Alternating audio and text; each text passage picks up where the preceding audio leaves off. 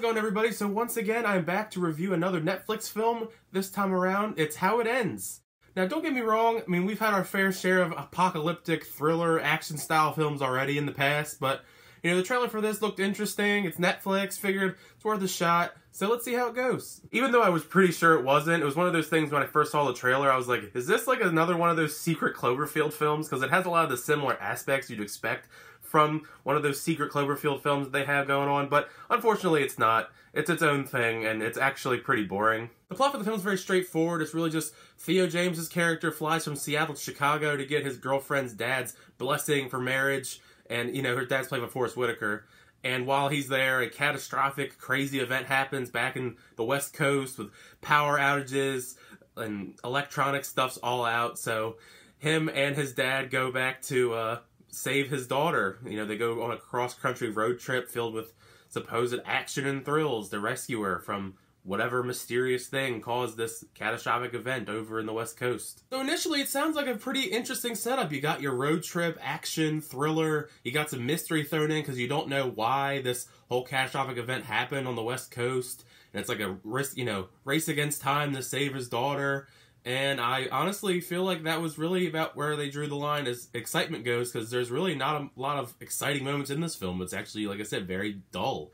I mean, most of the action in this film is relegated to car chases. Like, there's at least 4 or 5 car chases in this film, and none of them are really interesting. They're all very repetitive. They all end basically the same way.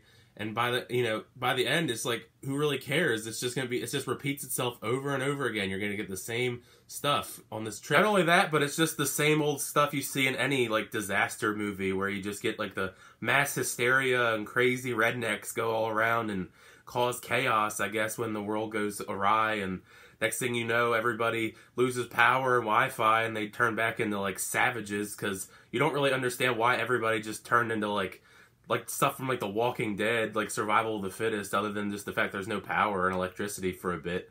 You really don't understand why it's, like, causing this mass hysteria. But yeah, that's the troubles they go through on this road trip. It's a very long journey, which you definitely feel, because this film really drags throughout, like, the entire runtime, even with the action scenes, and there's a lot of exposition, you know, a lot of dialogue here and there between Forest Whitaker and Theo James, because they don't really like each other, but they try to, like, bond over time, but you really don't buy it at all, because Theo James is really, you know, he's really stupid and really incompetent throughout the whole movie, really. And Forest Whitaker's, I mean, I'm more on Forest Whitaker's side because he doesn't like him, clearly. But, yeah, they try to connect. It doesn't really work. Theo James, I haven't really seen Theo James in a lot of films and TV shows ever, other than, like, the Divergent films, which I really wasn't, like, a huge fan of.